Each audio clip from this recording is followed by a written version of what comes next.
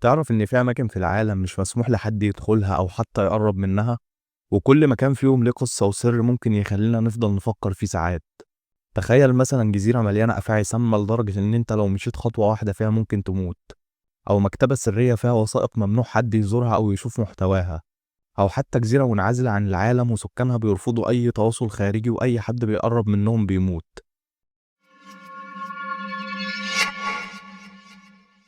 أنا أحمد حفني، ولو لسه جديد ما تنساش تعمل لايك واشتراك عشان توصلك فيديوهاتنا باستمرار. أول مكان هو جزيرة الأفعى في البرازيل. الجزيرة دي موجودة بالقرب من ساحل البرازيل على بعد حوالي 33 كيلو متر من مدينة ساو باولو. الجزيرة شكلها من بعيد عادي جدا، أشجار خضراء وصخور والمية حواليها من كل الاتجاهات. لكن المشكلة الحقيقية بتبدأ لما تقرر إن أنت تدخل خطوة واحدة جوه الجزيرة.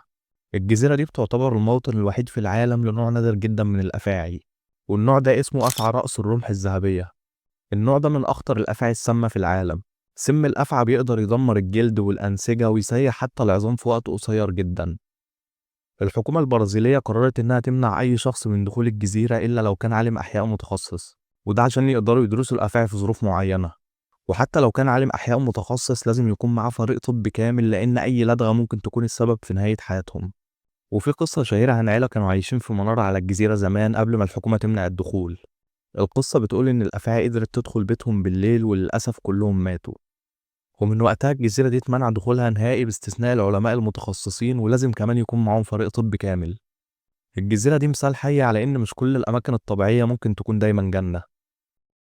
تاني مكان هو مكتبة الفاتيكان السرية. أول ما نسمع كلمة سرية بنتخيل على طول إن في حاجات غامضة وغريبة جوه المكتبة. مكتبة الفاتيكان موجودة في قلب الفاتيكان وبتعتبر واحدة من أقدم المكتبات في العالم.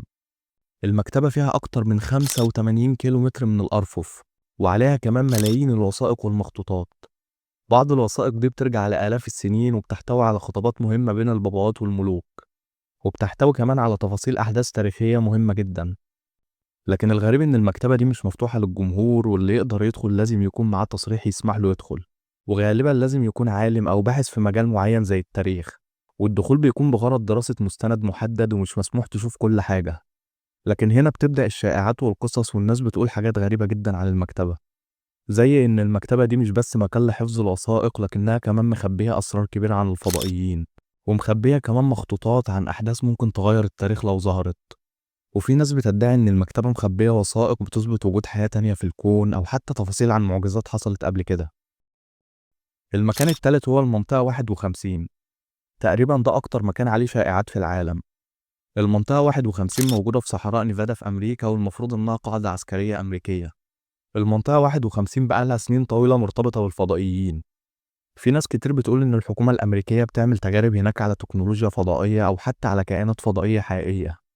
القصة بدأت في الأربعينيات لما تحطمت مركبة غريبة في مدينة روزويل، ومن وقتها الشائعات مش بتقف. لكن إيه اللي بيحصل هناك فعلا؟ المعروف رسميا إن القاعدة دي بتستخدم لاختبار الطائرات العسكرية الجديدة، لكن الغموض اللي حواليها بيخلي الناس مش مقتنعة. المكان متأمن بطريقة غير عادية، ولو حد حاول يقرب بيتم التعامل معاه فورا. وفي فيديوهات ظهرت مؤخرا بتظهر فيها أضواء غريبة في السماء حوالين المنطقة. سواء كنا مصدقين أو لأ، المنطقة 51 هتفضل واحدة من أكتر الأماكن غموضا في العالم. المكان الرابع هو جزيرة سنتينيل في الهند، ودي واحدة من أكتر الأماكن الغريبة في العالم. الجزيرة دي موجودة في المحيط الهندي، وهي جزء من جزر أندمان التابعة للهند. لكن الغريب إن السكان اللي عايشين فيها معزولين تماما عن العالم الخارجي. سكان الجزيرة دول بيعتبر واحدة من أقدم القبائل في العالم، وعايشين بنفس الطريقة اللي عاش بيها أجدادهم من آلاف السنين. مفيش كهرباء ولا تكنولوجيا ولا حتى أي تواصل مع العالم الخارجي. الغريب إنهم بيرفضوا أي تواصل مع أي حد من العالم الخارجي. أي شخص بيحاول يزور الجزيرة دي بيتعرض لهجوم مباشر من السكان باستخدام السهام والرماح. حتى الطائرات اللي بتطير على ارتفاع منخفض من الجزيرة مش بتسلم منهم، وبيرموها بالسهام والرماح كمان. وفي سنة 2018 في شاب أمريكي اسمه جون تشاو قرر يروح الجزيرة ويحاول يتكلم مع سكانها. الشاب ده دفع مبلغ كبير للصيادين المحليين عشان يوصلوه للجزيرة. زيارته كانت بهدف إنه يتكلم مع السكان وينشر دينه، لكن للأسف اتقتل بمجرد ما وصل. الحكومة الهندية قررت تحمي الجزيرة لكذا سبب، مش بس عشان خطورة سكانها على الزوار، لكن كمان لأن سكانها معزولين جدا لدرجة إن مناعتهم ضعيفة. ولو حصل أي اتصال مباشر مع العالم الحديث ممكن يجيلهم أمراض تتسبب في موتهم زي البرد أو الإنفلونزا العادية. المكان الخامس هو قابو سفالبارد في النرويج، وده يعتبر من أهم الأماكن اللي موجودة على الكوكب لو ما كانش أهمهم فعلا. القابو ده موجود على جزيرة تبع النرويج اسمها سفالبارد وموجودة في القطب الشمالي. الفكرة من القابو إنه بيحتفظ بنسخ من بذور كل النباتات الموجودة في العالم.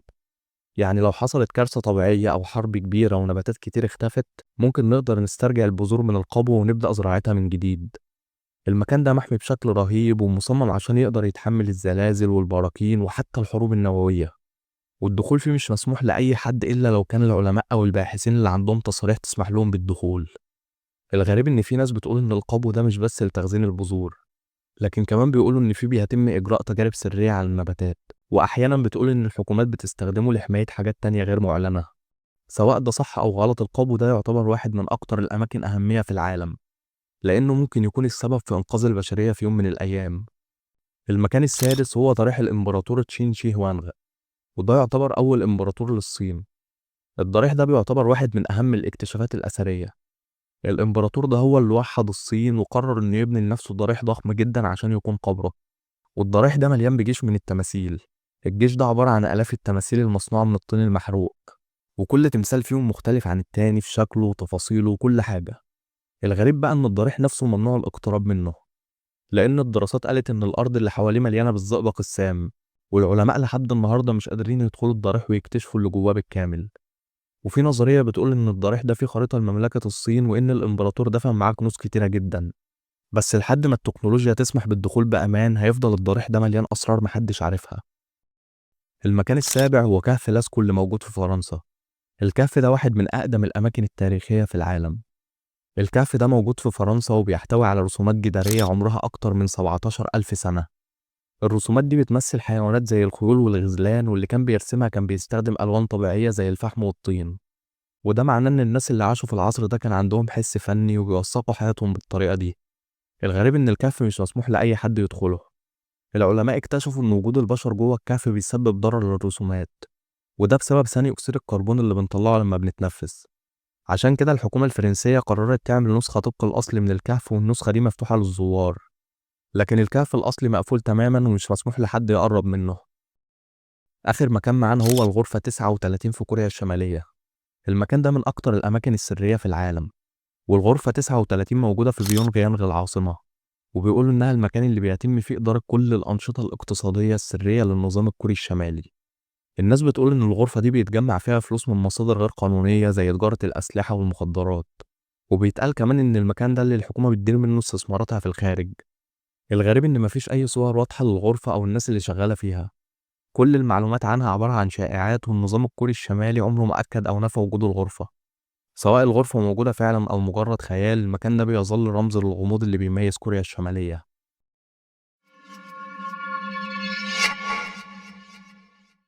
أخيرا، لو الحلقة عجبتك ما تنساش تدعمنا بلايك واشتراك وتفعل الجرس عشان توصلك فيديوهاتنا باستمرار. وما تنساش تقول لنا رأيك في التعليقات وتقول لنا حابب نتكلم عن إيه بعد كده. وقول لنا لو جاتلك الفرصة تزور أي مكان من الأماكن دي هتختار أي واحد، وهل في أماكن غريبة سمعت عنها وتحب تشوفها في حلقة جديدة؟ اكتب لنا في التعليقات. سلام.